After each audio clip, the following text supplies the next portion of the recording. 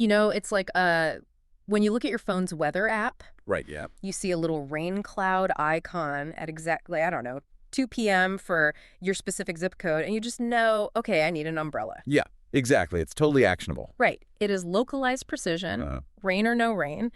But step into the world of artificial intelligence forecasting, specifically regarding our careers, and that precise little weather app is just completely broken. oh, completely. It's totally useless. We are suddenly dealing with this predictive landscape that's just dominated by headlines screaming about an AI-fueled jobs apocalypse. Yeah.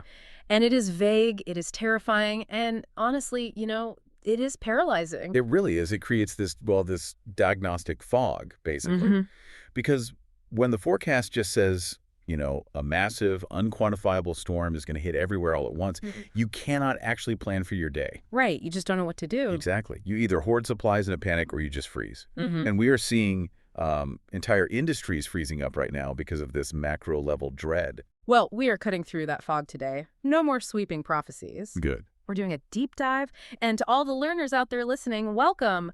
We're taking a highly relevant excerpt from the AI News Daily Digest dated April 7, 2026, which actually breaks down a really grounded piece from MIT Technology Review. Yeah, it's a great piece. It is. We are looking at the future of jobs, but we are doing it by isolating the signal from the deafening noise. So, okay, let's unpack this. Let's do it.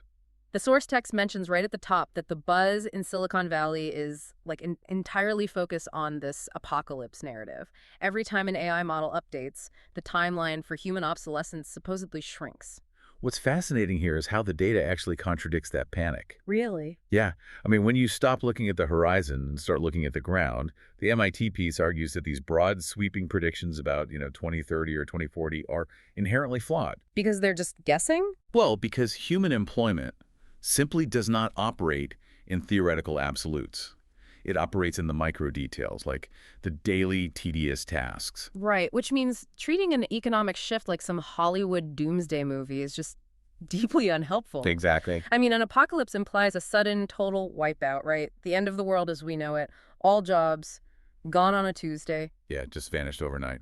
But if you are managing a team right now or, just trying to figure out your own career trajectory, macro-level doom does not give you a strategy. You need a local barometer. 100%. You need to know what is actually happening inside the offices that are deploying these tools today. And that brings us to the core thesis of the research. The antidote to the anxiety is not a better, more accurate prediction of the future. Okay, so what is it? The antidote is analyzing present-day integration. The source emphasizes that the single most illuminating piece of data we have right now is the observation of how AI tools are currently being integrated into existing complex workflows. Wait, I have to push back on that immediately. Okay, go for it. Isn't integration just like a polite corporate euphemism for eventual replacement? Ah, right, the slow fade. Yeah, like if a company integrates an AI tool into my workflow and that tool eventually does the heavy lifting, the human becomes redundant. Well, I mean, if an AI can write the code or draft the brief, you just need fewer coders and fewer junior lawyers, right? How is altering a task fundamentally different from putting someone out of a job on a slightly longer timeline? see, but that assumes a job is a single static output. We tend to conflate a job title with a singular function. Okay, fair point. But if we connect this to the bigger picture, the distinction between reshaping a role and replacing a worker becomes incredibly stark. Look at the anatomy of an actual job. Like, take a supply chain manager. Okay, let's look at them. A supply chain manager doesn't just do supply chain. Their day is a bundle of, 20 different tasks. Oh, easily. They run inventory reports, they reconcile shipping logs, they negotiate with furious vendors when a shipment is late. Which happens all the time. Right. They manage team morale, and they develop long-term sourcing strategies. It's a messy mix of things. So when we talk about AI integration, we are not talking about a humanoid robot sitting in the supply chain manager's chair. No, not at all. We are looking at which specific bullet points in that job description the software can actually absorb. Precisely. The data shows that AI is highly capable of absorbing the routine, data-heavy tasks. Like, it can reconcile the shipping logs in 3 seconds. Right. It can generate the predictive inventory report. But what it cannot do is call the furious vendor, read the emotional temperature of the room, and negotiate a compromise based on like a decade of shared industry trust. Yeah, and here's where it gets really interesting. It goes back to the underlying mechanism of how these AI tools actually work, you know? The architecture of them. Yeah. Large language models and machine learning systems are fundamentally probabilistic engines. They are Yeah. phenomenal at pattern recognition. They ingest millions of data points and predict the next most likely outcome, right? Like the next word or the next spreadsheet cell. They map the known world better than any human could. I mean, if a task relies entirely on recognizing a known pattern and generating a standard response, Hmm? the AI will execute it flawlessly. Every single time. Right. That is the probabilistic side of the equation. But they lack contextual judgment. Let's look at the junior lawyer example from the digest. Oh, that's a perfect one. Yeah, an AI can easily read 1,000 previous contracts and draft a standard vendor agreement because it recognizes the pattern of what a contract should look like. Right. It knows the boilerplate. Exactly, but the AI does not know that the client is going through a highly publicized, incredibly delicate merger. Right. The context. Yeah, and therefore, the indemnification clause needs to be worded in a very specific, unconventional way to avoid spooking the investors. Yep. The AI drafts the document, but the human exercises the judgment of whether that document actually survives contact with the real world. And that is the exact mechanism of reshaping. The AI takes over the probabilistic task drafting the boilerplate text, which, dramatically enhances the lawyer's productivity. It frees up like 3 hours of their day. Right.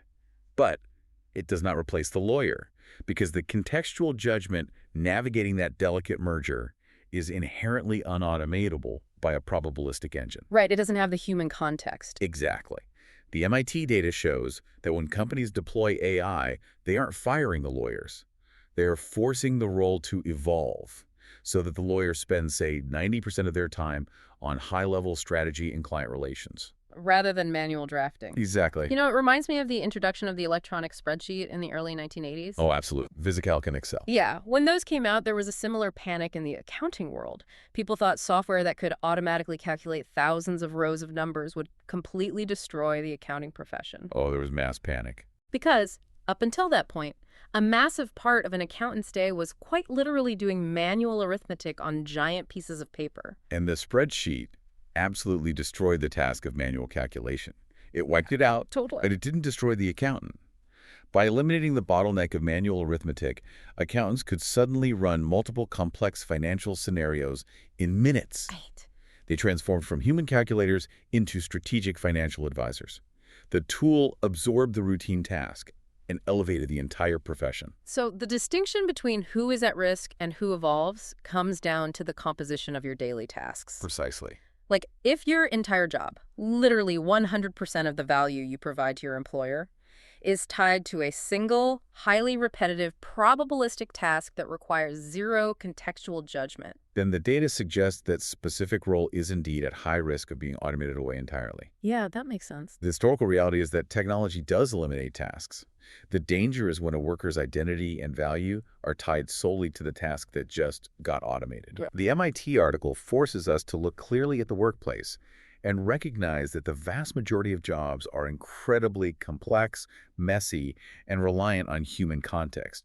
Most roles fall squarely into the category of evolving alongside technology. Yeah, the AI integrates, it handles the data processing, and it forces the human to lean into the parts of their job that are actually human. Exactly. So what does this all mean for the person listening right now? Right. Because we can academically separate the concepts of reshaping and replacing all day long, right? Sure. We can analyze the mechanisms of probabilistic pattern matching versus contextual reasoning.